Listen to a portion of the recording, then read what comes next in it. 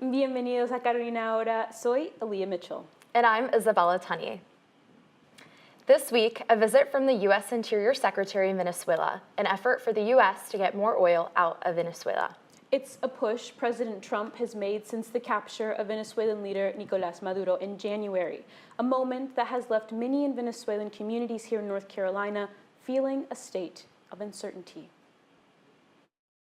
Well, I think I'm doing well. These days, UNC senior Miguel Rodriguez isn't stressed about homework or exams, but what's happening back home. We were immediately trying to get in touch with our family back home to make sure that they were fine. Rodriguez left Venezuela when he was 14 and is now seeking political asylum in the U.S. A lot of people didn't know what was going on at that time. So it was us outside informing them inside. Just after 2 a.m. on January 3rd, U.S. airstrikes hit military sites around Caracas. Hours later, the U.S. flew President Nicolás Maduro and First Lady Celia Flores to New York to face drug trafficking conspiracy charges. They pleaded not guilty. There was a lot of emotions. You don't know how to process it. Like, you were happy, you're concerned, but at the same time you're shocked. Emotions on emotions. And Rodriguez isn't alone. More than 18,000 Venezuelans live in North Carolina. And for many, home starts with food. In Cary, that connection has a name, Comagocho, a Venezuelan food truck run by Caterina Ortiz. Y cuando está listo, ahí tengo un sistema que lo veamos. After Maduro's capture, many customers asked her, ¿Por qué no abriste? "Why didn't you open? ¿Cómo celebramos? How do we celebrate?" Realmente cómo celebran. We really celebrate by eating Venezuelan food and going to places other Venezuelans hang out. But celebration lives next to caution. When customers ask about returning, she uses a metaphor. Es como cuando tú It's like when you step on an ant pile. They get all defensive and want to bite you. That uncertainty is about the transition of power as well.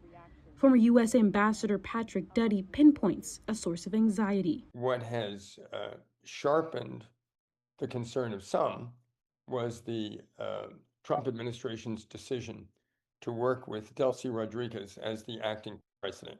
Inside Venezuela, the same system that surrounded Maduro is still there, and Duddy warns this is just the start. This is not the beginning of the end.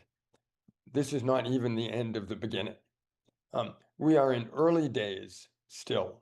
For now, Venezuelans in North Carolina are left wondering whether what comes next could open the door to return home or shut it further. In North Carolina, I'm Aaliyah Mitchell, reporting. While Venezuelans in North Carolina try to make sense of what will come next for their country, the Trump administration is keeping a close eye on Rodriguez. The Chapel Hill-Carrboro City School Board is considering closing some elementary schools as enrollment continues to decline. According to data from Chapel Hill-Carrboro City Schools, some schools in the district now have empty classrooms. The district says it is looking at whether merging schools would help cut costs and better use of district resources. The district warns that if this trend continues, enrollment could fall from over 12,000 students to just about 9,500. If birth rates were down 6 years ago, that's why we're starting to see it now as kindergartners or first graders. And that is a nationwide issue that school districts are starting to deal with. No final decisions have been made, according to the district, but community input will help guide the board's next steps. Y un restaurante de Carrboro cerrará la próxima semana después de 6 años. Luna Rotisserie, a taproom in Carrboro, conocido por su cocina sudamericana y del sur de Estados Unidos, cerrará este próximo domingo. Según el gerente, el restaurante va a cerrar por problemas financieros. Aunque la decisión de cerrar ha sido difícil, Kofler dice que está agradecido por todo el apoyo que Lunas ha recibido.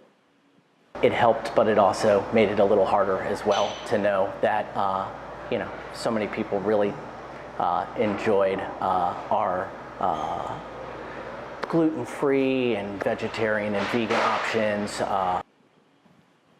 It's always nice when they have so many options. And Wayne, we have Wayne here with weather. Have you been able to check out Luna's? I have not. I was not able to make the drive from Raleigh, unfortunately. But if you are thinking of food, it is a great week to go out, sit outside, either eat outside, have a picnic, something like that. It is the first day of meteorological spring on March 1st, and we've been feeling it since then. Temperatures are already in the 60s this morning. We're having a lovely day outside. We're going to get up into the high 70s by this afternoon, and that's all due to a high pressure system that we're seeing. Now, temperatures are being driven in by these winds out of the southwest, so we're getting even warmer temperatures from the deep south that are just going to creep up into our area throughout the day. And this high pressure system that's sitting over the area is what's driving that. That gives us some sinking, stable air with clear skies above us, and that's going to stick into the day tomorrow, at least for us here in North Carolina. There's a lot of mess going on precipitation-wise and weather-wise throughout the rest of the country, but for us here, we're in a lovely time and pretty much the first start to spring that we're truly seeing here beyond a day or two.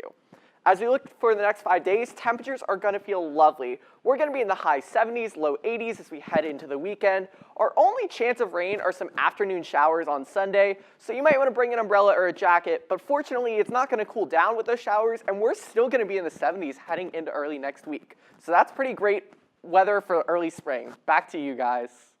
And speaking of this weekend, este domingo nos celebramos el Día Internacional de la Mujer, así que decidimos destacar a una líder en el campus como parte de la celebración. Cassandra Sirisa Monreal es una alumna de LEADER, un programa de desarrollo y liderazgo para estudiantes universitarios latinos en Carolina del Norte. Cassandra piensa que la figura de la mujer es muy importante en la cultura latina, ya que las madres, abuelas y tías tienen un papel tan importante.